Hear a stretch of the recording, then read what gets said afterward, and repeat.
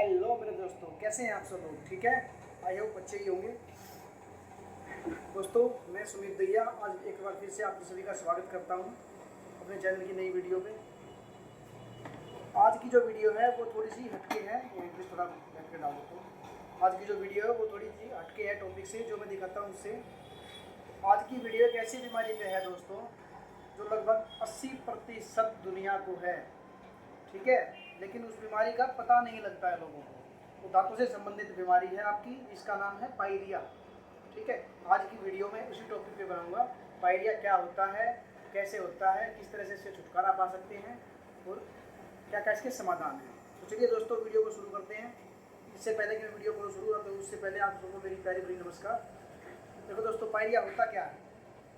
Pyorrhoea आपके दांत के चारों तरफ जमने वाला मैल से होता है, जो आपके मसूड़े को गलाता है। मसूड़े के साथ साथ मसूड़े के नीचे जो हड्डी होती है आपके दांत के चारों तरफ, उसको गलाता है। वो धीरे धीरे धीरे धीरे गल गल के आपके दांत को हिला देता है। ऐसे दांत हिलने में मजबूर रहता है, फिर बाद में वो निकालना पड़ता है। अब उसको मैं आपको देसी भाषा में समझाने की कोशिश करूँगा। अगर आपको अच्छे समझ आ जाए तो कोशिश पूरी रहेगी। देखिए, ये किसी पेशेंट का जबड़ा है, पूरा फुल सेट जो मैं तैयार कर रहा हूँ जबड़ा लगाने के लिए।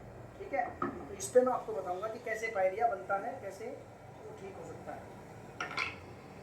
ज़्यादातर पायरिया सामने के 6 दांतों में नीचे वालों में होता है, ऊपर वालों में बहुत देर से होता है, नीचे वालों में तो ही ज़्यादा होता है। देखिए, ये किसी का जबड़ा है। अब इसमें क्या होगा, ये जो दांत का हिस्सा है ये सिर्फ 30% आपके मसूड़े से बाहर है। बाकी का 70% यहाँ से, ये जो देख रहे हैं ना आप, ये 70% मसूड़े के हड्डी के अंदर होता है। अब इसके ऊपर क्या है, जो लाल लाल दिख रहा है, ये आपका मसूड़ा है, और इसके नीचे होती है हड्डी, जो दांत को ऐसे, ये मान लीजिए ये दांत है, तो ये दांत को ऐसे टाइट पकड़ के रखती है। अब इस कंडीशन में क्या होता है, जैसे ये आपका दांत है, ये 30% ऊपर है, 70% इसकी जड़ आपकी हड्डी और मसूड़े के अंदर है। तो इस कंडीशन में क्या होता है, आप खाना खाते हैं, छोटे छोटे पार्टिकल्स होते हैं, खाना जमता रहता है धीरे धीरे। वो क्या होगा, आपका खाना यहाँ पे जमना शुरू हो जाएगा, मसूड़े के कॉन्टैक्ट में, जहाँ से दांत और मसूड़े का कॉन्टैक्ट होता है, इन दांतों के ऐसे बीच में, यहाँ पे बीच में, ऐसे ही अंदर से बीच में, यहाँ पे सब में, हर एक दांत के अंदर ऐसे जमना शुरू हो जाता है। उस कंडीशन में क्या होगा, आपका जो मसूड़ा है पहले वो गलेगा पत्थर जमने के बाद, फिर धीरे धीरे उसके नीचे जो हड्डी है जो दांत को पकड़ के रखती है वो गलनी शुरू हो जाएगी। फिर आपकी स्थिति क्या होती है, ये गलता गलता नीचे चला जाता है और दांत आपका बाहर दिखना शुरू हो जाता है। इस कंडीशन में क्या होगा, आपकी जो जड़ें हैं वो कमज़ोर होती चली जाएंगी, पकड़ जो है हड्डी की वो कम होती चली जाएगी धीरे धीरे। अब पेशेंट को पता क्यों नहीं लगता, क्योंकि ये प्रक्रिया बड़ी धीमी होती है। दांतों के लिए स्लो पॉइजन का काम करता है पायरिया। ये प्रक्रिया इतनी धीमी होती है कि पेशेंट को पता ही नहीं लगता है। जो पेशेंट की जीभ होती है, मरीज की जीभ होती है, वो उस मैल की आदत बन जाती है, क्योंकि वो मैल जीभ लग लग के इतना प्लेन और चिकना हो जाता है कि पेशेंट को पता ही नहीं लगता कि उसको पायरिया शुरू हो चुका है। इसकी शुरुआती कंडीशन जो होती है उसमें आपके हल्के हल्के मसूड़े लाल होने शुरू हो जाते हैं, ब्रुश करने पर हल्का हल्का ब्लीडिंग होती है। मान लीजिए आप सेब खा रहे हैं, सेब में ऐसे बाइट करेंगे तो बाइट में आपको खून लगा हुआ आएगा। ये है पायरिया की शुरुआत। अब धीरे धीरे क्या होता है, वो बढ़ती जाती है, बढ़ती जाती है, बढ़ती जाती है, फिर आपको ब्लीडिंग ज़्यादा होती है। जैसे ही टच करते हो आपको दर्द, आपको खून ज़्यादा आता है, झंझनाहट होती है दांत में। कुछ भी आप ठंडा गर्म हल्का सा भी पीते हैं वो भी आपको लगता करंट की तरह लगता है बिल्कुल। ये आपकी सेकंड स्टेज से भी आगे जा चुका होता है इस कंडीशन में। इस कंडीशन में हम पेशेंट को आराम दिला सकते हैं, पायरिया को पूरी तरह से ठीक कर सकते हैं। अब उसमें हम करते क्या है, जो आपका मैल यहाँ पे जमा हुआ है दांत के चारों तरफ, यहाँ पे इन इन इन छेदों में बीच बीच में जो मैल जमा हुआ होता है, हम उसको सारा अल्ट्रासोनिक स्केलर से क्लीन करते हैं। सोनिक और स्केलर क्या होता है, स्केलर के आगे ना एक ऐसी टिप होती है, एक किसी उसके अंदर से पानी प्लस वाइब्रेशन वो ऐसे वाइब्रेट करता है, बारीक दांतों को घिसाता नहीं है, वो सिर्फ मैल के जो टुकड़े हैं आपके उसको उतारता है। लोगों को ये भ्रांतियाँ हैं कि दांत को घिसा देते हैं। तो पहले होती थी मशीनें कि जो ग्राइंडर से, इससे मैं करता हूँ, इसको हैंडपीस कहते हैं, इससे ना घिसा देते थे पहले। लेकिन अब पिछले 10-15 सालों से इसकी ज़रूरत नहीं पड़ती। अब स्पेशल अलग से स्केलर आता है, मैं दिखा रहा हूँ आपको, 2 सेकंड होल्ड करना। ये होता है स्केलर, ये टिप है इसकी, इसके अंदर से यहाँ से पानी आता है और ये वाइब्रेट करता है। इसके अंदर वाइब्रेटर मोटर होती है जो इसको वाइब्रेट करती है, कंप्रेसर से चलता है। तो इससे ये टिप क्या होगी, ये टिप आपके यहाँ से ऐसे इसका जो बीच में है इसमें से सारे मैल को हटाएगी। ठीक है, इस तरह से इसकी सफाई होती है। तो किसी भी भ्रांति में मत घुसना कि भाई दांत घिसा देते हैं। पायरिया का इलाज अगर आप करवाने जा रहे हो तो दांत नहीं घिसता है। ठीक है, अब आती है दूसरी बात।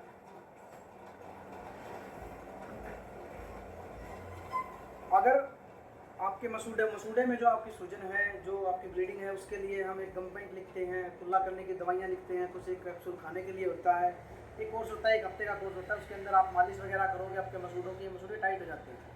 अब झंझनाहट ठंडा गर्म उसमें क्यों लगता है? क्योंकि जब आपके मसूड़े हट जाएंगे, साइड में हड्डी आपकी गल चुकी होगी, तो जो भी खाओगे पियोगे यहाँ से दांत की जड़ के पास से बिल्कुल अंदर जाएगा, वो जब आपकी जड़ पे लगेगा आपको पेन होगा तीव्र पूरे हिस्से में।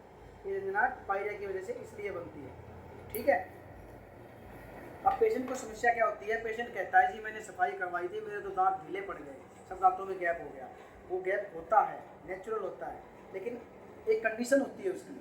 अब ये शुरू में जैसे आपके दांत मजबूत स्वस्थ होते हैं तो वो ऊपर तक भरे हुए होते हैं, उनमें कोई गैप नहीं होता। लेकिन आप खाना खाते रहते हैं, वो यहाँ पे जमता रहता है, वो जमता रहता है। जम के क्या होता है, मसूड़े की जगह लेना शुरू कर देता है वो मैल।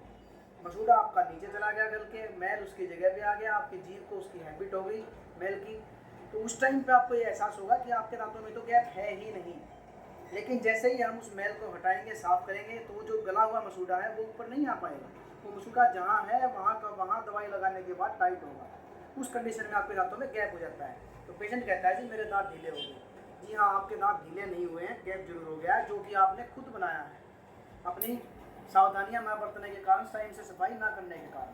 ठीक है, तो ये पायरिया के सिम्टम्स होते हैं। लेकिन अगर पायरिया आखिरी स्टेज में चल जाता है, इस कंडीशन में सिर्फ 20% या फिर 25 या फिर 15% जड़ जब अंदर जाती है, दांत ऐसे मिलता है, ऐसे ऐसे। इस कंडीशन में हम दांत को ना ही सर्जरी करके रोक सकते हैं और ना ही स्केलिंग करके।